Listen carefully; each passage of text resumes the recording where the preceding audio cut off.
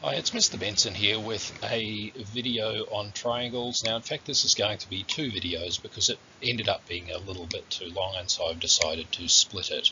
So the first part is just going to look at classifying triangles. The second part of the video is going to look at the relationships between the value of angles in triangles. So it's actually getting a little bit more mathematical, but you're definitely going to need to be familiar with what's in both videos. So where you'll find this in the text is section 5.5 on page 168. Now what we want to be able to do following this video is that we would like to be able to name triangles by the vertices. So this is similar to the way we were naming angles previously. We also need to be able to classify triangles, and we do that by looking at their side lengths and also by the types of angles that are present in the triangle. And then we want to be able to do some calculations. So this is looking at the interior angles of triangles and also looking at the interior angles of different types of triangles.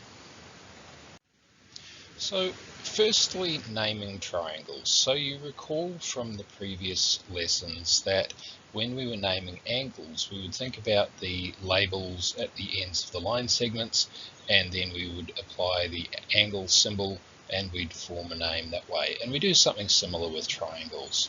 So firstly, we label the vertices. Now, if you think about the vertices, they are the ends of line segments. So it's really pretty similar to what we were doing before. So we've got A, B, C.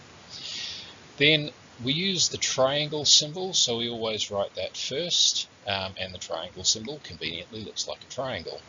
And then we just name by the letters of the vertices moving around the triangle. Now, it doesn't actually matter where you start, and also because you've only got three options, it doesn't actually matter the order you write them in either, because it will always make sense. Later on, you do have to be a bit more careful. So we could call this triangle ABC, but equally we could call it a bunch of other names as well. So as long as you put your triangle in and it looks vaguely like a triangle, we could call that triangle CBA, and that would still make sense. Or we could call it triangle BCA, and they're all perfectly good names for this particular triangle. Okay, so we want to be able to classify triangles, and in order to do that we need to think about the properties of a triangle that we can measure. And so for any triangle we can measure the side lengths, and we can also measure the angles. So our side lengths we're going to measure in any sensible unit. So it could be millimeters for a small triangle, or it could be kilometers for a really big one. And usually we would write a value next to that angle, next to that side, sorry. So we might write something like, 10 millimeters over here. Our angles we measure in degrees, and so we might put a value in here. Now I'm just going to completely make something up here, but I'm going to say we could put in something like 40 degrees there. Now, when we're classifying triangles, usually, with a couple of exceptions, the exact measurements don't matter too much. But what does matter is whether things are equal or not. And so there's a way that we will denote this that's quite important. So you can see with this triangle here that it looks like we have a couple of sides that have equal length. And the way this is shown in lots of diagrams is we have these little things called tick marks, or sometimes they get called hash marks or hatch marks, and it really doesn't matter. But if you see two sides with the same mark on them, it's telling you that they have exactly the same length. Now we can do another thing, a similar thing with angles as well. So we've got three angles in our triangle here, and let's assume that two of them are the same and one of them is not. A way that we would indicate that is that the angles that were actually the same would have the same number of arcs shown on the triangles. So we can see that this triangle at the top only has a single arc, but this triangle on the left that has a double arc, and this one that is on the right that has a double arc, they are in fact exactly equal. Firstly, we're going to look at classifying triangles by their side lengths, and we can also think about it in terms of their angles. And perhaps the easiest way to think about this one is that we're classifying them in terms of certain shapes that have particular properties. And so the first one that we're going to start with is called an equilateral triangle. And this is a triangle where everything is equal, so the equilateral kind of part. So all side lengths are equal. And also you see that all angles are equal, and we also see that all angles have a value of 60 degrees. So we've got a 60-degree angle here, and here, and here. We'll learn very shortly why those angles would all be the same and have that particular value. The next one is an isosceles triangle. Now, an isosceles triangle is a triangle where we only have two equal sides.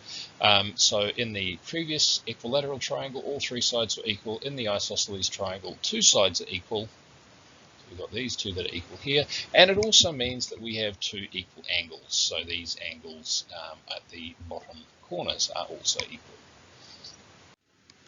And then the last type of triangle is a scalene triangle, where we have no two sides with the same length, and that also means that no two angles have the same size. So essentially all our sides are different, and that's highlighted in this diagram here, where they've all got little sort of dashes on them there to show you that they're different, and all our angles are different as well. Okay, so now we can classify triangles into three important groups based on their side lengths and also their angles, where you've got equilateral triangles where everything is equal, we've got the isosceles triangles with two equal sides, and we've got scalene triangles with no equal sides or angles. Now, it's also useful if we can classify triangles by the size of some of the angles in the triangle, and it allows us to break those groups up into even smaller categories. So the first one that's quite important is a right angled triangle, and this is just one side of the triangle equaling 90 degrees, and we've previously seen how we would note that as being 90 degrees by showing the little square symbol on that vertex of the triangle. Now, it's possible with a right-angled triangle to have a right-angled triangle that is an isosceles triangle, because you could have two equal angles in the other two angles here. So it is possible to have a right-angled isosceles triangle. You could also have a right-angled scalene triangle, because the two angles could be different.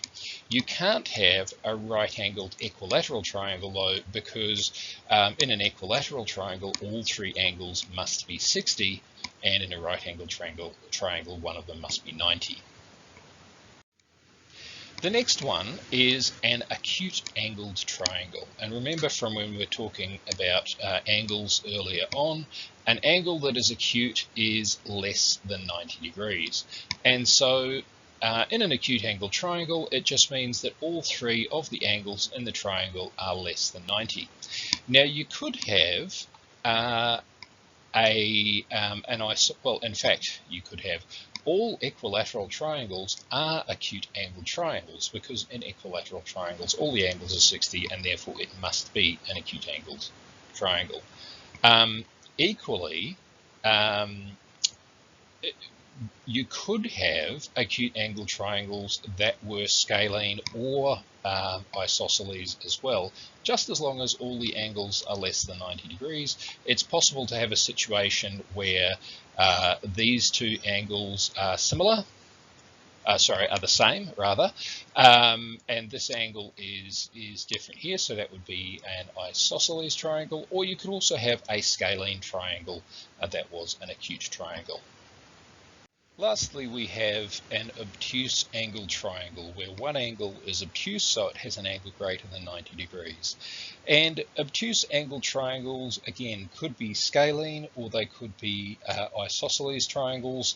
Again, they can't be equilateral triangles where all the angles have to be equal to 60. Okay, so this is about halfway through our video. Go grab some popcorn and come back for part 2.